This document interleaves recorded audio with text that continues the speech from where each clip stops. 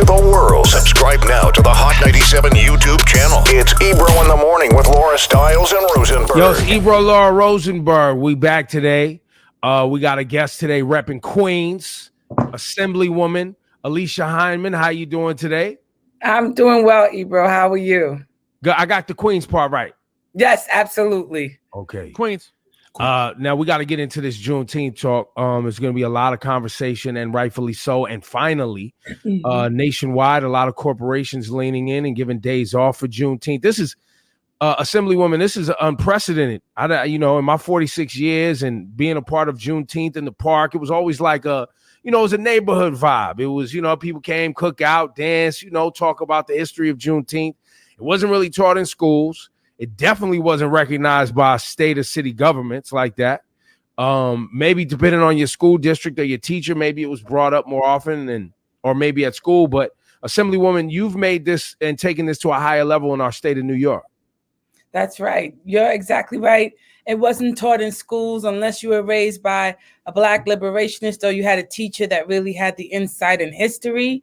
Did you know this? So in the state of New York, when George Floyd was killed, it catapulted a lot of legislation we had in the state, but Juneteenth was not one of them. So it was a perfect time to intro the bill into our state legislature. And, we had little problems with the governor at the time. He had announced it would be a holiday when I already had the bill in legislation form. So that catapulted him signing the bill into law that in New York State, it is now a recognized state holiday for all public employees in the city and throughout all 62 counties in the state of New York. So this year, Juneteenth falls on a Saturday. So which day is which day is the holiday? Which day will be observed? And B, how does it work?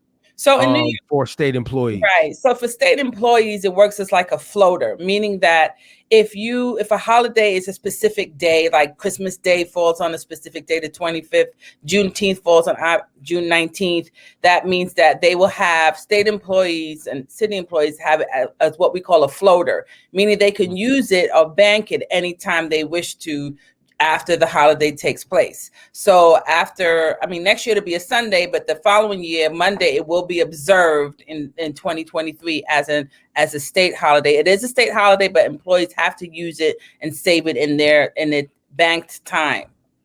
And so that will mean state buildings are closed, state That's offices are closed. Right. City and so will it be the city of New York. City offices will be closed. Agencies will be closed on the official state holiday. Correct. And what about any sort of official celebrations happening on the actual day of? So in Queens, we are going to have a Juneteenth festival, which is the entire borough. I have a great committee from North Queens, South Queens, East Queens.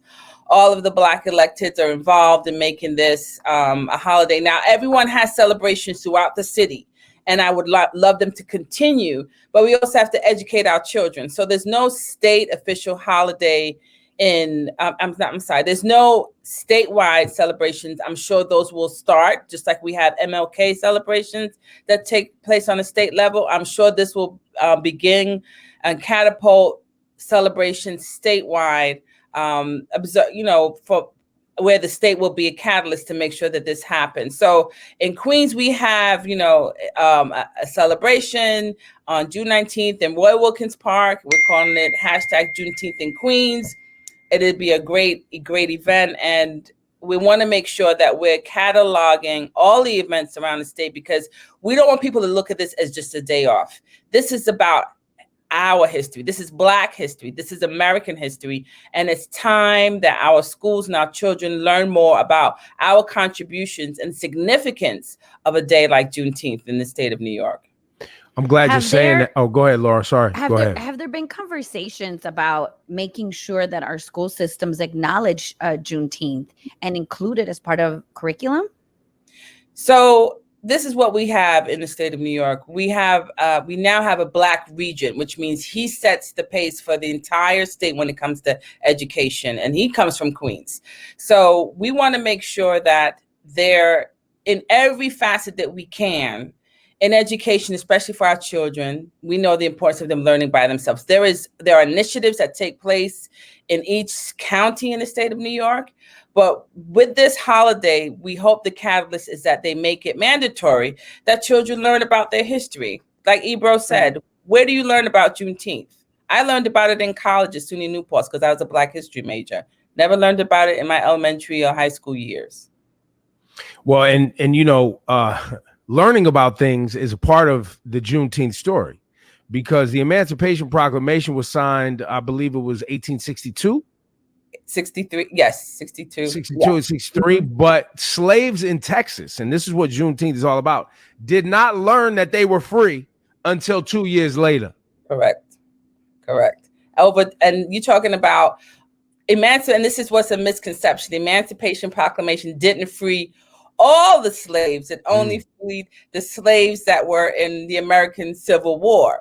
So there were thousands of slaves around the country who were still in bondage. And in Galveston, Texas, in 1865, as you said, over 20,000 Black people were freed, and they had to be made aware. So that's where Juneteenth comes from, because we have so many misconceptions of Black history and culture in this country. And that's why Juneteenth is so important.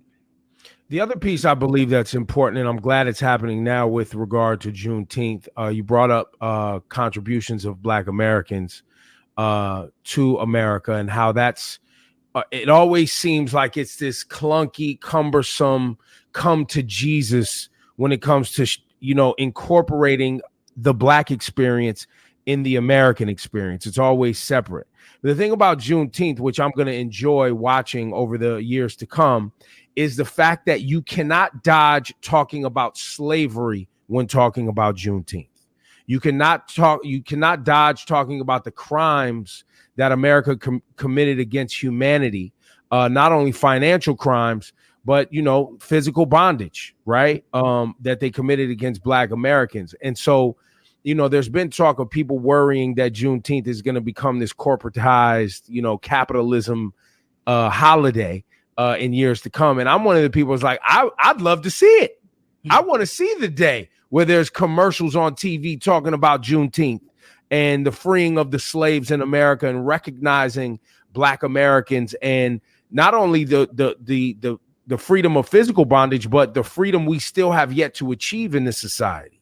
So I welcome this day moving into state and local governments acknowledging it, and corporations acknowledging it, because it starts to open up this dialogue a little bit more. And we thank you for that, Assemblywoman. Thank you. It's important because if you think about the success of this country was on the backs of slaves, of people that were enslaved. This country would not be a superpower if it wasn't for free labor. That's right.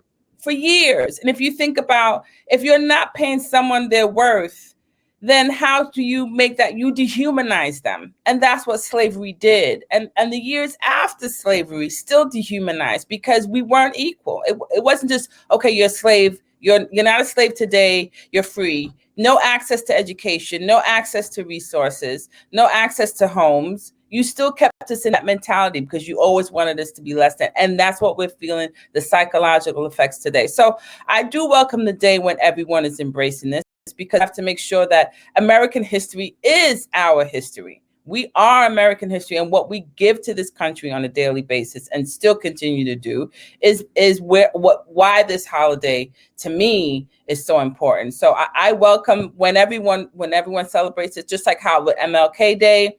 A lot of people didn't celebrate him while he was alive, but we celebrate him in his death and for his assassination, and Malcolm X. So we have to make sure that this history is not something that we just celebrate once a year.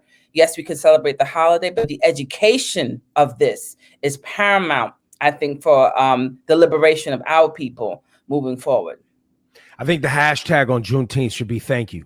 I think all Americans should be hashtagging and thanking Black Americans. That's what needs to be happening. The hashtag is thank you. Hashtag Juneteenth in Queens. You know what I mean? That's appropriate. That. I want to see it. I want to see some big thank yous out here. Absolutely. That's the least we're asking for right now. We ain't even got to this these Venmo and PayPal transfers that need to be start flying into these bank accounts for the victims compensation fund that we need. We ain't got to that. But hashtag thank you would be nice. Matter of fact, Assemblywoman, you know how they do those like on Puerto Rican Day Parade or the big parades, where in the middle of like the daily news, they have the fold out and people can like unfold the thing out of and it comes in the newspaper and you can put it up in the window. How do we get one of those going where everybody all over the city, right? Everybody's got to put the Juneteenth thank you in their windows all over the city. Those corporate sponsors that you talked about, that's important. That's what that. Yeah, let's get that cracking. That's what that every year come around. We want thank you to Black Americans. That's what we want. Every day. I think American history, to me, our children need to learn about who they are, and it would change the paradigm. It would be a huge paradigm shift in our communities. You know, June is here. It's peace month. And, you know, gun violence is an issue. But if our children learn about who they are and that they're important, that there's someone that can change lives forever. And that's what, to me, Juneteenth is so paramount in making sure that we uplift this holiday moving forward. So I'm just excited about Juneteenth in Queens. I am excited. We're still looking for, you know, sponsors. You can contact my staff. They are doing the heavy lift. Safira and Tunisia are really making this happen. Yeah, what's going on?